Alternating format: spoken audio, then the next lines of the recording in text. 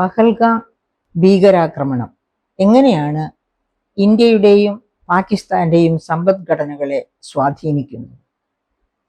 ഇന്ത്യയുടെയും പാകിസ്ഥാന്റെയും സമ്പദ്ഘടനകളെ എന്ന് പറയുമ്പോൾ നമുക്ക് ആദ്യം നോക്കേണ്ടത് എന്ത് സംഭവിക്കുന്നു നമ്മുടെ കാശ്മീരിന് എന്നാണ്. അവിടുത്തെ ജനത എല്ലായ്പ്പോഴും എന്തെങ്കിലും തരത്തിലുള്ള പ്രശ്നങ്ങളുമായിട്ട്, അതായത് മതാധിഷ്ഠിതമോ അല്ലാത്തതോ ഒക്കെയായ പ്രശ്നങ്ങളിൽപ്പെട്ട്, ഇന്റേണൽ പ്രശ്നങ്ങളിൽപ്പെട്ട് ഉടലുകയായിരുന്നു കാശ്മീർ പല കാലഘട്ടത്തിലും. പക്ഷേ കാശ്മീരിന് ഒരു വലിയ ട്രഡീഷനുണ്ട്, ചരിത്രമുണ്ട്, സ്വന്തം കലാബോധമുണ്ട്. അങ്ങനെ ലോകത്തെ ആകർഷിക്കാനുള്ള എല്ലാ സാധ്യതകളും ചരിത്രാതീത കാലം മുതൽ ഉള്ള ഒരു പ്രദേശമാണ് കാശ്മീർ എന്ന് പറയുന്നത്. അങ്ങനെയുള്ള ആ കാശ്മീരിനെയാണ് കിടിലം കൊള്ളിച്ചുകൊണ്ട് ഈ തീവ്രവാദ പ്രവർത്തനം പഹൽഗാമിൽ ഉണ്ടാകുന്നത്. 26 പേരുടെ മരണത്തിലേക്ക് നയിച്ച ആ തീവ്രവാദ, അതായത് ഏറ്റവും പ്രധാനപ്പെട്ട ഒരു ടൂറിസത്തിന്റെ പറുദീസ ആയിട്ടുള്ള പഹൽഗാം തന്നെ തീവ്രവാദികൾ തെരഞ്ഞെടുത്തു. അങ്ങനെ ആ തെരഞ്ഞെടുത്തുള്ള ആക്രമണം വഴിയായിട്ട് എന്താണ് കാശ്മീരിൽ സംഭവിക്കുന്നത്, അത് എങ്ങനെയാണ് ഇന്ത്യയും പാകിസ്ഥാനും തമ്മിലുള്ള ബന്ധത്തെ സ്വാധീനിക്കുന്നത്, അതിൻ്റെയൊക്കെ ആഫ്റ്റർ ഇഫക്റ്റ് എന്തായിരിക്കും, പരിണിത ഫലം എന്തായിരിക്കും എന്നൊക്കെയാണ് നാം ആലോചിക്കുന്നത്.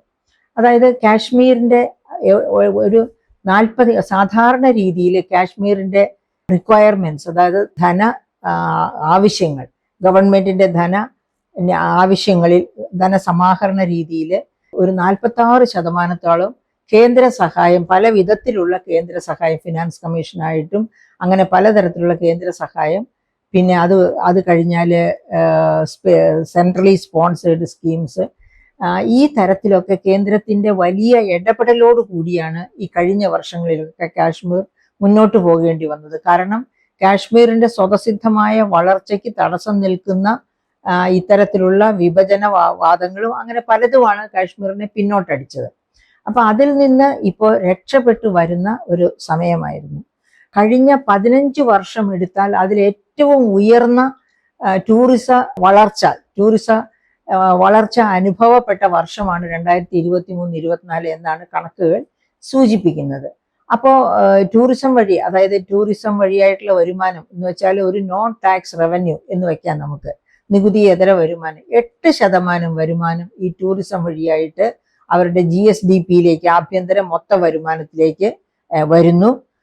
18% വളർച്ച ടൂറിസത്തിന്റെ വളർച്ചയോട് കൂടി ചേർന്ന് വേണം നമ്മൾ നികുതി വരുമാനത്തിന്റെ വളർച്ച കണക്കാക്കാൻ. അതായത് സംസ്ഥാനത്തിന്റെ സ്വന്തം നികുതി വരുമാനത്തിന്റെ വളർച്ച 18%, അത് നല്ല വളർച്ചയാണ്. അങ്ങനെയുള്ള വളർച്ചയോടൊപ്പമാണ് നികുതിയേതര വരുമാനത്തിൽ 8% വളർച്ച, അതും വളരെ നല്ല ഒരു ലക്ഷണമാണ്. അങ്ങനെ ടൂറിസം വഴിയായിട്ട് ഒരു കുതിപ്പ് അവരുടെ സമ്പദ്ഘടനയ്ക്ക്, കാശ്മീരിന്റെ സമ്പദ്ഘടനയ്ക്ക് ഉണ്ടാകും, സമസ്ത മേഖലകളിലും വളർച്ച ഉണ്ടാകും എന്ന് കരുതിയിരിക്കുന്ന സമയത്താണ് അശനിപാതം പോലെ ഇങ്ങനെ ഒരു പഹൽഗാം ടെററിസ്റ്റ് ആക്രമണം ഉണ്ടാകുന്നതും 26 പേരുടെ മരണത്തിലേക്ക് നയിക്കുന്നത്. അപ്പോൾ അതോടെ എന്ത് സംഭവിക്കുന്നു? ടൂറിസ്റ്റുകളുടെ, അതായത് ആ സമയത്ത് പഹൽഗാമിലേക്കും കാശ്മീരിലേക്കും വേണ്ടി രജിസ്റ്റർ ചെയ്യുന്ന ടൂറിസ്റ്റുകളുടെ 80% രജിസ്ട്രേഷൻ ക്യാൻസൽ ചെയ്തു എന്നാണ് വളരെ ശ്രദ്ധേയമായ മീഡിയകളൊക്കെ തന്നെ ഇപ്പോൾ നമുക്ക് തന്നിരിക്കുന്ന വിവരം.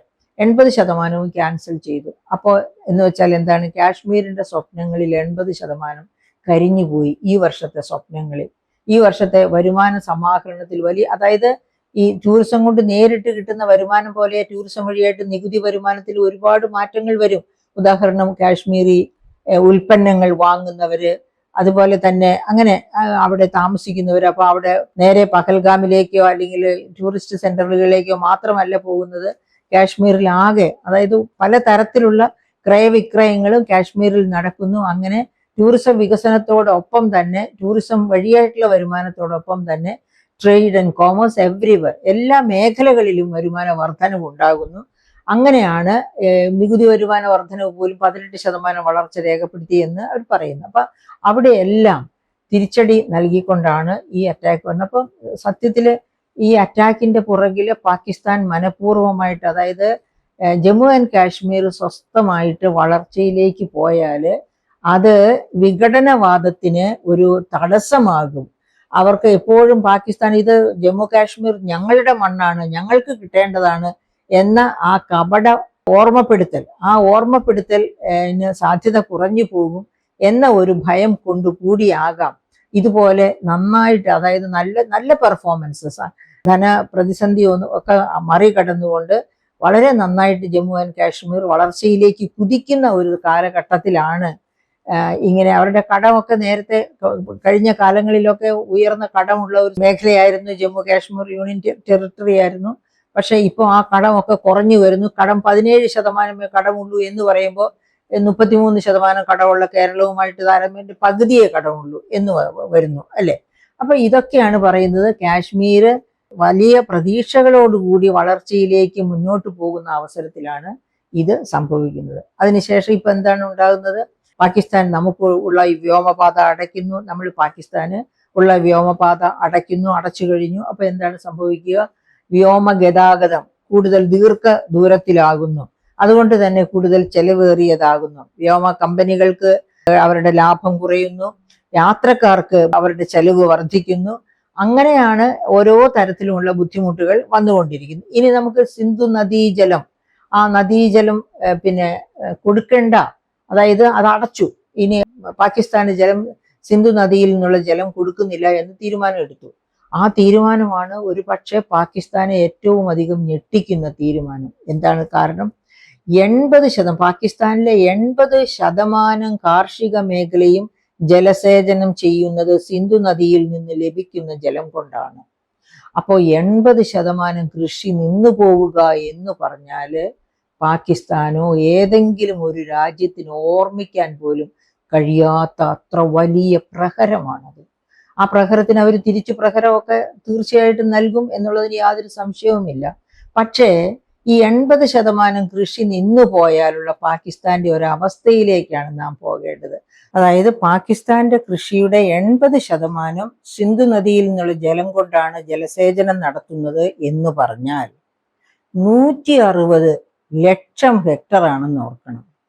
അപ്പോൾ ഈ 160 ലക്ഷം ഹെക്ടറിലെ കൃഷി നിലയ്ക്കുക എന്ന് വെച്ചാൽ കൃഷിയോട് അനുബന്ധമായ മേഖലകളിലെ തൊഴിലും ഇല്ലാതെയാകും. അങ്ങനെ തൊഴിലുകൾ നഷ്ടപ്പെടുന്നു, കൃഷിയുടെ ഉൽപാദനം നഷ്ടപ്പെടുന്നു, വരുമാനം നഷ്ടപ്പെടുന്നു. അങ്ങനെ പാകിസ്ഥാൻ ഒരു വലിയ അളവ് വരെ ദുരിതത്തിലേക്ക് മുങ്ങി താഴുന്ന അവസ്ഥയാണ് സംജാതമാവുക. സ്വയം കൃതാനർത്ഥമാണ് എന്ന് പാകിസ്ഥാൻ എന്നെങ്കിലും പഠിച്ചാൽ പാകിസ്ഥാന് തന്നെ നല്ലത്. സ്വാതന്ത്ര്യമാകുന്നതിന് മുൻപ്, അതായത് ബ്രിട്ടീഷുകാർ ഇന്ത്യ ഭരിച്ചിരുന്ന കാലത്ത് പാകിസ്ഥാനും ഇന്ത്യയും ഒക്കെ ഒന്നായിരുന്നല്ലോ. ആ കാലത്ത് പാകിസ്ഥാൻ അടങ്ങുന്ന ഈ രാജ്യം once in 3 years 3 വർഷത്തിൽ ഒരു വർഷത്തില് പട്ടിണി രാജ്യമായിരുന്നു. നമ്മുടെ കൈക്കുമ്പിൾ നീട്ടി അമേരിക്കയോടും ഒക്കെ കെഞ്ചി കിട്ടുന്ന ഗോതമ്പ്, അതുപോലെ തന്നെ മെയ്സ്, ഇങ്ങനെയുള്ള ഉൽപ്പന്നങ്ങളൊക്കെ കഴിച്ചാണ് ജീവൻ നിലനിർത്തി പോകുന്നത്. അങ്ങനെ നിന്നിരുന്ന ഒരു രാജ്യം അതാണ്.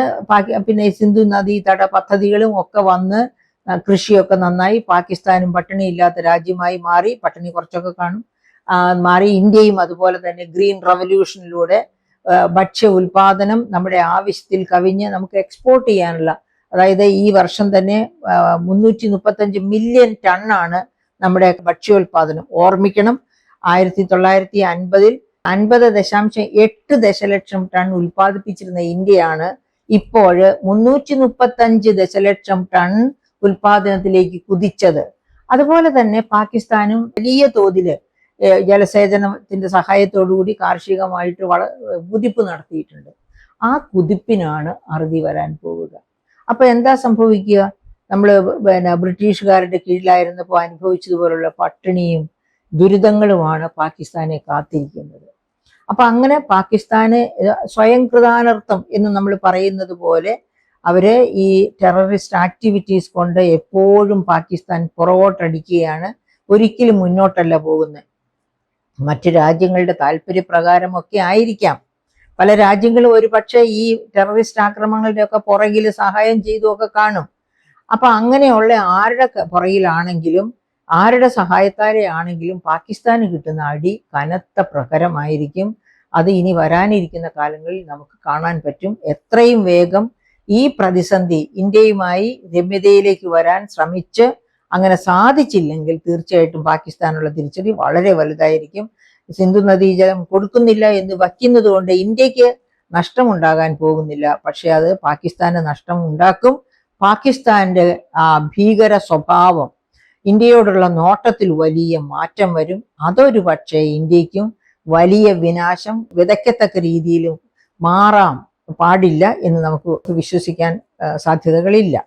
അപ്പൊ അതുകൊണ്ട് പാകിസ്ഥാന്റെ ഇക്കോണമിയെ കൃഷി ഇല്ലാതെയാകുന്നതോടുകൂടി കൃഷിയുമായിട്ട് ബന്ധപ്പെട്ട അനുബന്ധ വ്യവസായങ്ങളും എല്ലാം അവിടെ നിലയ്ക്കുകയാണ് ചെയ്യുന്നത്, താഴോട്ട് പോവുകയാണ്. അപ്പം കാർഷിക മേഖലയുടെ 80% കൃഷി ചെയ്യാൻ പറ്റാത്തൊരവസ്ഥയിൽ എത്തുക എന്ന് വെച്ചാൽ ഈ കൃഷിയുമായിട്ട് റിലേറ്റഡ് ആയിട്ടുള്ള മുഴുവൻ രംഗങ്ങളും, വ്യാവസായിക മേഖല, കൃഷിയാണല്ലോ വ്യാവസായിക മേഖലയ്ക്ക് വേണ്ട റോ മെറ്റീരിയൽസ് കൊടുക്കുന്നത്, അവർക്ക് വേണ്ട ഫുഡ് കൊടുക്കുന്നത്, അങ്ങനെ ഒരുപാട് കോൺട്രിബ്യൂഷൻസ് കാർഷിക മേഖല മറ്റു മേഖലകൾക്ക് നടത്തുന്നുണ്ട്. അപ്പൊ ആ മേഖലകളിലൊക്കെ ഇതിന്റെ പരിണത ഫലം വലിയ ബുദ്ധിമുട്ടുകൾ സൃഷ്ടിക്കും. അങ്ങനെ പാകിസ്ഥാന്റെ GDP-യുടെ വളർച്ച താഴോട്ട് പോകും. പാകിസ്ഥാന് വരാനിരിക്കുന്നത് വലിയ ഗതികേടിന്റെ ഒരു കാലമായിരിക്കും. ഇന്ത്യക്കും കാശ്മീരിനും അതുപോലെയുള്ള സങ്കടങ്ങളാണ് ഇനിയിപ്പോൾ വരുന്നത്. പക്ഷേ ഇന്ത്യ ചേർത്ത് പിടിക്കുന്നു കാശ്മീരിനെ എന്നതുകൊണ്ട് കാശ്മീർ അത്രയൊന്നും ദുഃഖിക്കേണ്ടി വരില്ല. ഒരുപക്ഷെ കേന്ദ്രത്തിൽ നിന്ന് കാശ്മീരിന് മറ്റു വർഷങ്ങളിലേക്കാൾ കൂടുതൽ സഹായം ലഭിച്ചെന്നിരിക്കും. അങ്ങനെ കാശ്മീർ ഇതൊക്കെ ഓവർകം ചെയ്യും. കാശ്മീരിനെ ഇന്ത്യ ചേർത്ത് പിടിക്കുന്നുണ്ട്. പക്ഷെ പാകിസ്ഥാനെ ചേർത്ത് പിടിക്കാൻ ആരുണ്ടാകും ഈ കാലഘട്ടത്തിൽ എന്നത് നമ്മൾ ശ്രദ്ധിക്കേണ്ടതാണ്. ഒരു പക്ഷെ റഷ്യയോ ചൈന ഓൾറെഡി അവരോട് ചങ്ങാത്തം പങ്കിട്ട് കഴിഞ്ഞു.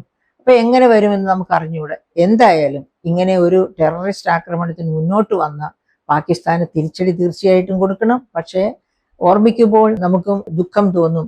സാധാരണ ജനങ്ങൾ, ഒന്നും അറിയാത്ത നിരപരാധികളായ സാധാരണ ജനങ്ങളാണ് ജലം കിട്ടാത്തത് മൂലം, കൃഷി നടത്താത്തത് മൂലം ഭക്ഷണം കഴിക്കാൻ നിവൃത്തിയില്ലാതെ കഷ്ടപ്പെടേണ്ടി വരിക. എങ്കിലും രാഷ്ട്രീയക്കാർ പാഠം പഠിക്കുന്നില്ല.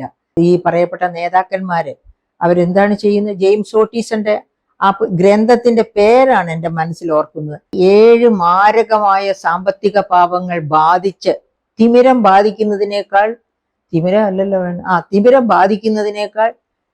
കഷ്ടമാണ്, ഭീകരം, അത് പോട്ടെ, ആ സെന്റൻസ്.